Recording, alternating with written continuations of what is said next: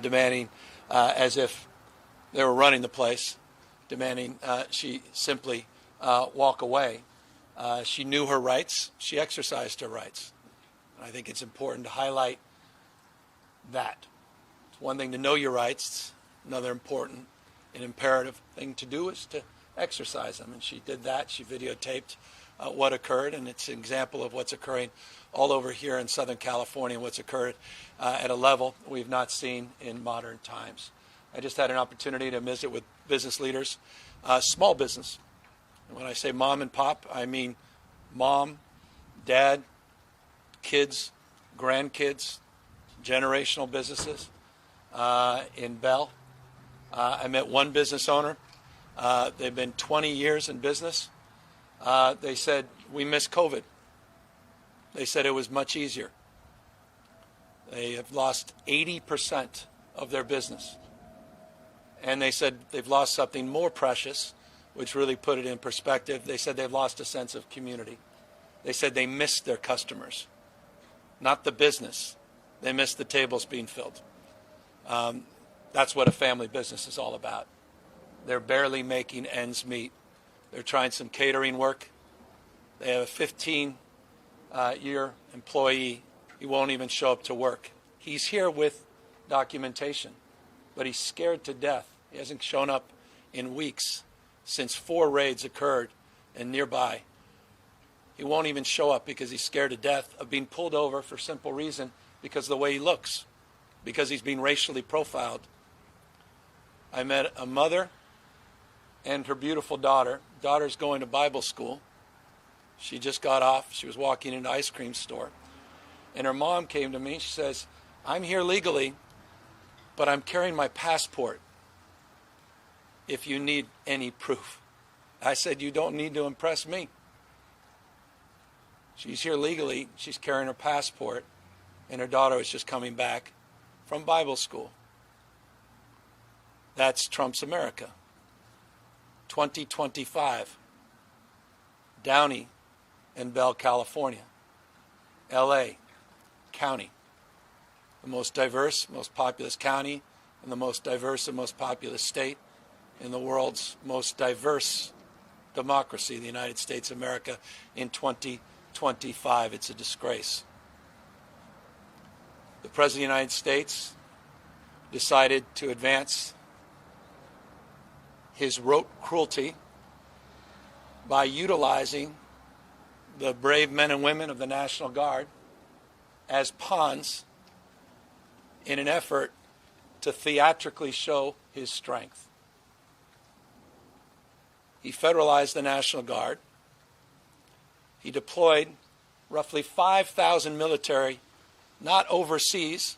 In fact, his entire first term, the President of the United States did not even send the military boots on the ground overseas. His entire first term. First 6 months of his administration, he decides to send them to the United States of America, 5,000 military, 4,000 federalized with the National Guard, close to 1,000 U.S. Marines. He sent them to a United States city. The utilization rate of our National Guard, less than 5%. You spent hundreds of millions of dollars, wasted hundreds of millions of dollars on this. 5%. By the way, the folks that were taken and brought into armories waiting for a mission assignment are summer school teachers,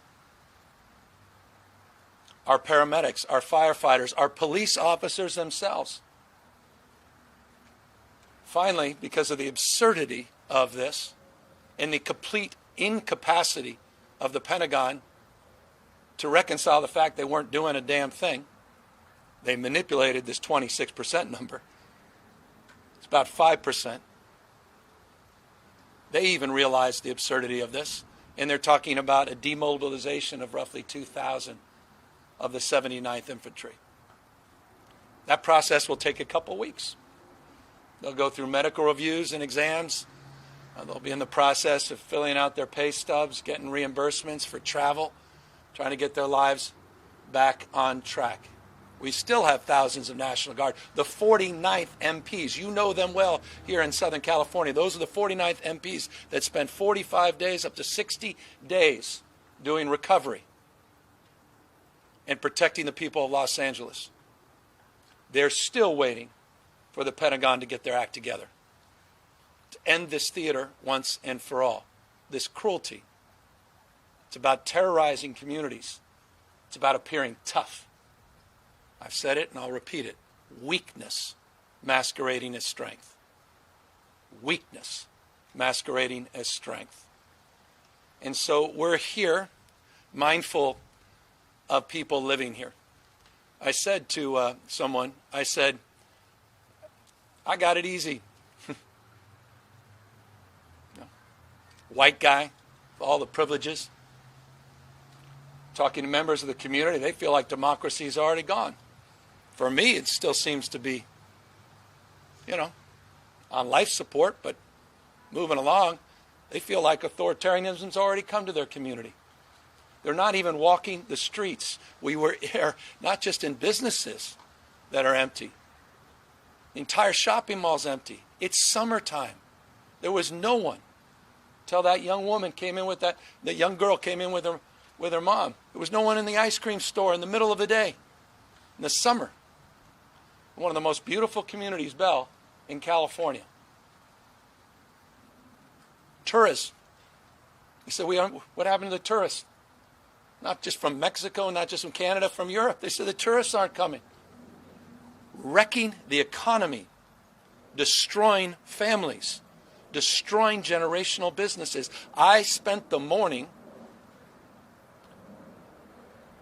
with Officer Cano's family, a CHP officer that just lost his life a few weeks ago. Half of the service was in Spanish.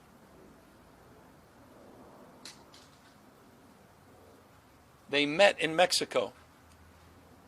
His wife, Melissa. The pride that his dad had in his son becoming first-generation law enforcement officer. That's America. That's California. And that's what's being torn asunder by Donald Trump and Stephen Miller. This is about families. It's about community. It's about the sense of place. It's about our economy. And it's about time Donald Trump grow up. It's about time Donald Trump understand the hell he is doing. And so I'm here in front of a church on church grounds, mindful that our democracy is not on firm ground, and mindful of our responsibility to be assertive at this moment, and we are, to support our diverse communities, and we will continue to do just that. The budget we just signed included additional dollars for legal representation. We did a special session providing resources for legal representation. Over $75 million we carried forward from last year for additional support. But we must be vigilant and resolved that as we focus on Epstein, we focus on the next day or distraction, that communities like Bell and Downey are being torn apart because of his cruelty and because of his incompetence.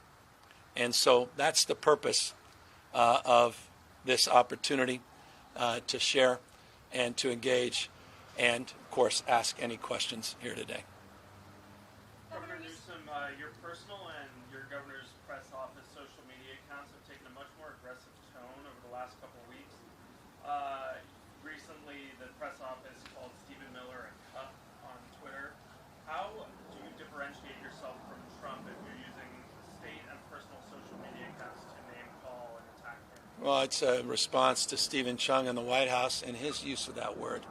I don't think they understand any other kind of language, so I have no apologies for standing tall and firm and pushing back against their cruelty. And if it requires more clear language, requires a recognition that things have radically changed with Trump presidency, then I will assert myself as I feel fit.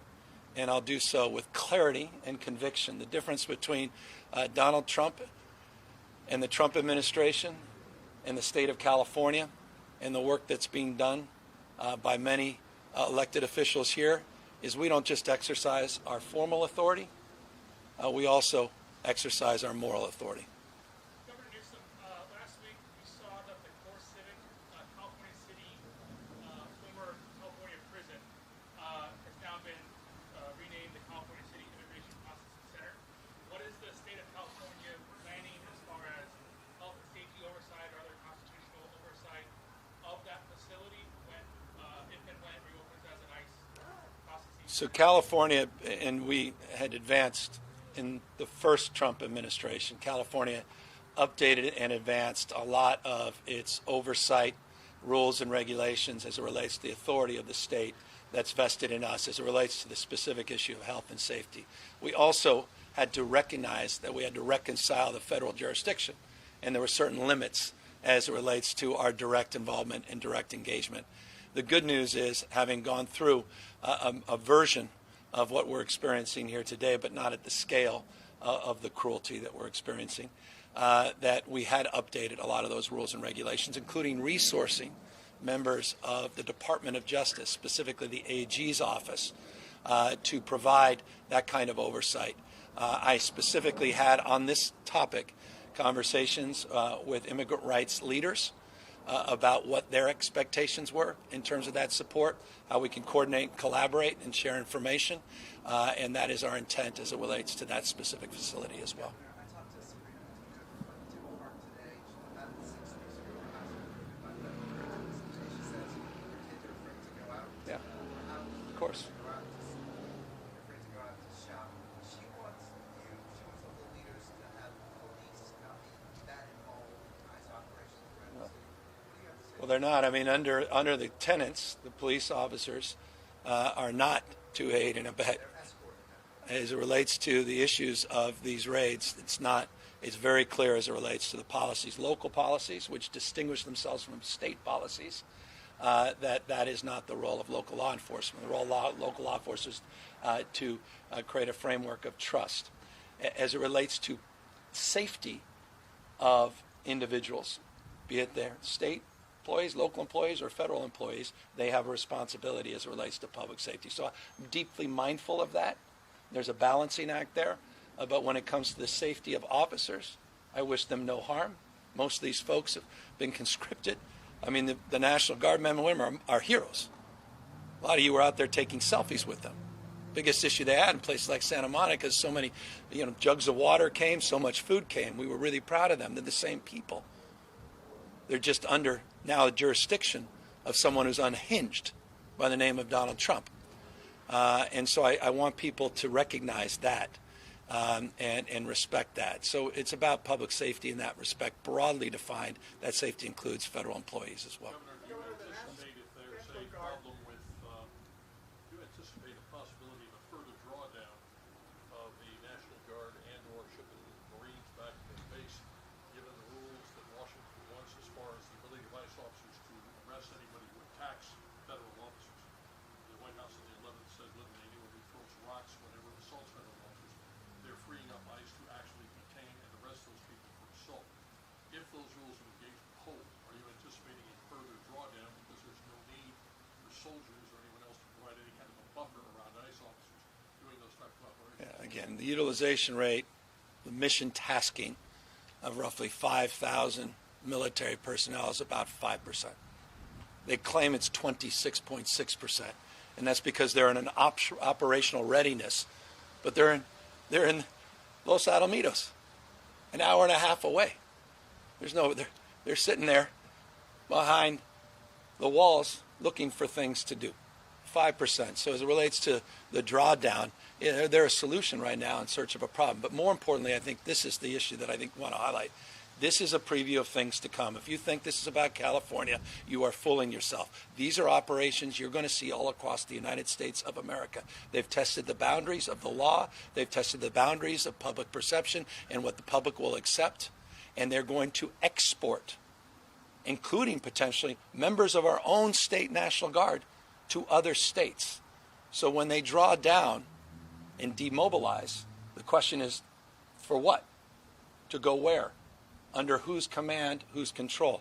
And to me, that's a more interesting question, is what ultimately becomes of these members of our National Guard. But look, you recall, we had close to 1,600 officers at certain points at the peak of what was going on in a couple square blocks or a couple blocks in Los Angeles. CHP officers and LAPD were protecting the National Guard. To your question, not the other way around. That's how absurd this whole thing has become. You would think there'd be some congressional oversight, but those guys have disappeared. Speaker Johnson, in name only. We can get to that. Question is how long he'll be Speaker. They're, of course, trying to change the game on that. That's a separate conversation. Well, Governor, about that. Used for fire protection now that they're going to be released. What's the plan here? Well, I want to get them back under my control so we can get them back doing the kind of work to control wildfires, to keep our communities safe, to address the issue of counter-narcotics, to address the issue of fentanyl. I want to remind you guys, I put 394 of your National Guard men and women years and years ago on the border. I've hardly been timid. I've deployed the National Guard in multiple locations, multiple times. Going back to George Floyd, one of the largest deployments in U.S. history. With thousands of them, the 49th Infantry, the MPs rather, that were out there on the streets after the fires. They need to get back doing the rattlesnake teams, which are basically teams that work in partnership with other state agencies and conservation corps and CAL FIRE to do the vegetation and forest management, hundreds of them. So they'll be reassigned when they come back under our control. About 190 were already redeployed. The rest will start coming back as they're demobilized. I want to get them back on our counter-narcotics efforts and our drug interdiction efforts and the task forces that have been firmly assigned, and to support Border Patrol as it relates to some of that effort, not just what's coming in north, but what's going down south with all the gun running and cash that are going through, including those tunnels that I had the opportunity to explore and witness firsthand with my National Guard, or your National Guard, just a matter of months ago. So that's part of it. But I also want them back teaching our kids. I want them back walking the beat with their masks off, building trust, sense of community. And I'll tell you, the most damaging thing about what's going on right now is other law enforcement agencies, these good folks, are being impacted because people are losing trust in local law enforcement now. They don't know who is who. This is, if you wrote this script, some Hollywood could say that doesn't pass any tests.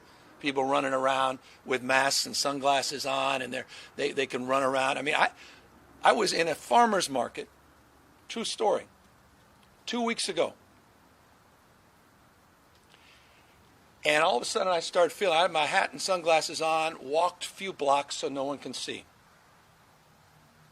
But they saw a few cars that we drove up in, a white and black car. And you started to feel, as I'm walking around, no one said a word. I was casually buying a week's food for the kids. And you felt something. And all of a sudden, the manager of the farmer's market came up asking our folks who they were, because they heard that ICE was there. It was just the governor. That's how bad it's become. Has the White House indicated to you when they might consider pulling back the May 2000 election? Well, they better do it now, today, next few hours. I'm a taxpayer. I don't like to see my money wasted like this. There's no fiscal conservatives left. They proved that in the big, beautiful betrayal. But this is comedy. Donald Trump waxing on about the Fed chair today and cost overruns on a new building. How about the hundreds of millions of dollars he's burned just to try to sear in your mind that he's some tough guy because he didn't get enough hugs from his parents growing up. Governor, you alluded to this. I'm sorry. Thank you, Governor. I'm sorry. From Vision. Do you credit the Trump administration for assisting in restoring law and order in Los Angeles? exact opposite. He incited more anxiety. He's incited more unrest. He's incited more uncertainty. He's exacerbated the conditions. Exactly the opposite. It's not even a close call. I revere the men and women in uniform, police officers from city jurisdictions, county jurisdictions, state jurisdictions. Universally, they say that. Not just the governor of California saying that. No, I don't credit him. I credit him for creating chaos. He's a chaos agent. He is not about calming people's nerves. He's not about public safety. This is the same president of the United States that incited almost a riot, in fact, did incite a riot, and tried to torch this democracy on January 6th. Police officers were hurt. He incited that riot. He promoted violence. He has no problem promoting violence, Donald Trump, as long as it services his aims and his ends. He did not promote peace. Quite the contrary. Governor, you alluded just now to. You said to play that game. Forgive me, because she's going. I know she's never going to ever talk to me again. So forgive me. No. This is. Forgive me. Sorry. Thank you for your patience. Governor, you alluded earlier to Speaker Johnson maybe not being speaker anymore in this conversation that's been going on about redistricting. No, that's good. Great Yeah. concept. It sounds like you're looking for, if you potentially wanted to reopen this conversation about drawing maps. Which I don't. Goes to your question. Well, These guys, look, you you're got open to. reopening this. I don't. It's not what I want to do. But Let you're- me explain it, because I'm going to validate where you're going. I was one of, at the time, I don't recall, this may be overstated, but I thought I was one of a handful of Democrats in elected office that supported independent redistricting when it first was promoted. I support independent redistricting. I think it should be done at a national level. At the same time, I also am mindful next year is the 250th anniversary of the founding of this great country. And I'm very fearful about what's going on in this country. When Donald Trump calls in to the Texas legislature along the lines of the phone calls he made saying, find me some votes in Georgia, and says, find me 5 more seats in Texas, they're playing by a different set of rules. They can't win by the traditional game, so they want to change the game. We can act holier than thou. We could sit on the sidelines, talk about the way the world should be. Or we can recognize the existential nature that is this moment. And so it took me a moment to reconcile my own feelings. Very proud of the work Governor Schwarzenegger and others did on that. It's a national model. Right now, there may not be a nation to model. And so my response to that, and I want to finish because it's the question you're asking, has been to explore what we can do about it. And that's exactly what I've tasked my team. And there are 2 alternatives if you're interested. You can call a special session and we can move forward. And we're exploring that. And we've had real conversations about that. There are also a number of legal experts that have come to us exploring an alternative to that. Through an urgency measure, the legislature can move forward with new maps as it relates to federal districts. And that is option that is also being considered. And both of those are being advanced in real time, not only with members of the legislature, but others that are interested because they feel the same pressures I do about the existential threat of what Donald Trump and some of these Republican states are trying to do. But forgive me to ask a question to this. I'm having a hard time squaring how that does still, either of those options, not fundamentally bump up against the will of the voters who approved an independent. Well, it's pretty easy. The option 1 is, by definition, reconciles that. By definition, because it would require those same voters to make a determination on the basis of current facts. We can be stubborn, and just assume everything's status quo ante. I mean, they've changed. There's no. Used to be 3 co-equal branches of government. One's completely disappeared in real time. The rule of law is being challenged every single day. Just ask all the mass people running around here. People are disappearing. Quite literally, a word you hear all the time. People are quite literally disappearing with no due process, no rights. The courts take forever to advance the cause of any reconciliation. You've got a president that's talking about recalling folks and judges that he disagrees with, or just completely dismissing, runs right up to the edge on the rule of law on decisions that are made by the courts and whether or not it works for him or decides on a whim, it won't. So things have changed, and so that would be the argument I would make. But again, I don't come to this lightly. This is not a point of, it's just a point of rationalization. And I hope a realization for everyone else. Everything has changed, and it's changing in real time. And I'm not going to be the guy that said I could have, would have, should have. I'm not going to be passive at this moment. I'm not going to look at my kids in the eyes and say I was a little timid or I didn't like the word that this guy used. I'm just not going to be that guy. I'm sorry. What more evidence do you need? I mean, everything that damn's happened last 6 months in this part of the state.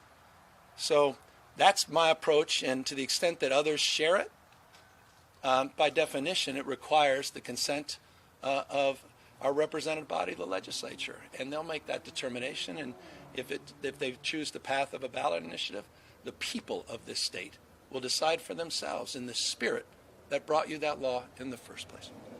Governor, given we've had a federal judge rule tactics that ICE has been using on the streets here in Southern California are a problem.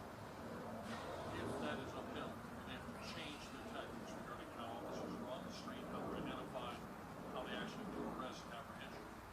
If ICE is forced to modify those tactics and policies, do you think there may be a reduction in the number of problems that we have regarding enforcement? Well, I would hope so, just the indiscriminate nature of this. And by the way, I take it back to no one. You want to coordinate, Donald Trump, you want a partner, you've got a partner. You want to coordinate with violent criminals? I'm happy to partner with you. I've got the receipts. No other governor could lay claim to over 11,000. 11,000 individuals we've coordinated with ICE since I've become governor of the state of California. Violent criminals. This is not about violent criminals. Quite the contrary. So as it relates to the random nature, this indiscriminate nature, I hope the judge begins to rationalize that, the sort of racialization of these enforcements. I mean, Holman himself, talk about a tough guy. Holman himself, talk about a self-inflicted wound. He said, yeah, on the basis we can do whatever we want, on the basis of how you look. Some cases, what car you're driving. So that was a pretty obvious decision, the lower court. But what's no longer obvious is what happens at the appellate and obviously the Supreme Court. But I'm hoping it will rationalize some of this. And at peril, again, you're going to see this in other cities. And I worry about people's lives. I'm telling you, we're on the verge. This is serious. I mean, if someone just randomly, if I'm walking down the street with my kids and someone grabs me with a mask on and tries to throw me in an unmarked van, and I am looking at my kids, I'm surprised someone hasn't gotten hurt. Someone is going to get hurt. So the best thing that happened to this administration may be that they have to come to realization of what they're doing and change their tactics, even if they're not compelled to do so at the appellate level. I pray that's the case. I'm not going there. And look, that gets hyperbolic. Yeah, I worry about that. And you got someone who dropped 30 feet because they were scared to death and lost their lives. Farm worker. Yeah, I met that 16-year-old kid. His mom and dad were disappeared after 20 years going to the same workplace, dragged out of their cars. I met an 86-year-old woman who, by the way, coincidentally, in 1986, was able to get her citizenship. Yeah. And she said she literally had PTSD. She was expressing and she was shaking. As she was sitting there in a coffee shop, she said, when I heard the helicopters, it reminded me when I was a kid. And we used to learn how to hide in the baskets in the fields. She said that's what it felt like again. Despite Donald Trump saying we're not going after workplaces, we're not going after nonviolent folks that are essential to our economic well-being. We're not going after farm workers. We're not going after folks in the hospitality and leisure industry. Last question. Nothing. Yeah, we're trying to, it's interesting. It was a question I got today, and I think it's much deeper than people think. You know, we tend to measure things in the aggregate. We don't live in the aggregate. You know, it's not about GDP. It's about communities, these small businesses. This is not, with all due respect, about Apple and NVIDIA. You know, it's not about Tim Cook being able to make a call and getting an exemption, or some of those farmers that after the rage in Ventura on behalf of the Farm Bureau, because they were big donors to Donald Trump, made the call. So he the next day said, I'm going to back off. Of course he didn't, but said he would. They have no advocate, these small businesses.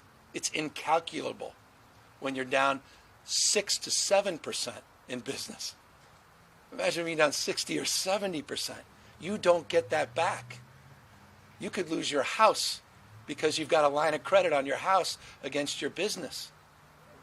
You could lose everything, your dreams, your family. How do you calculate that? And so I don't know the answer to that. I want to know I'm mindful. We need to understand that. I pray that these guys pay attention in Washington, D.C. and end this charade. Thank you guys very, very much. Thank you guys. The rest could just stay here.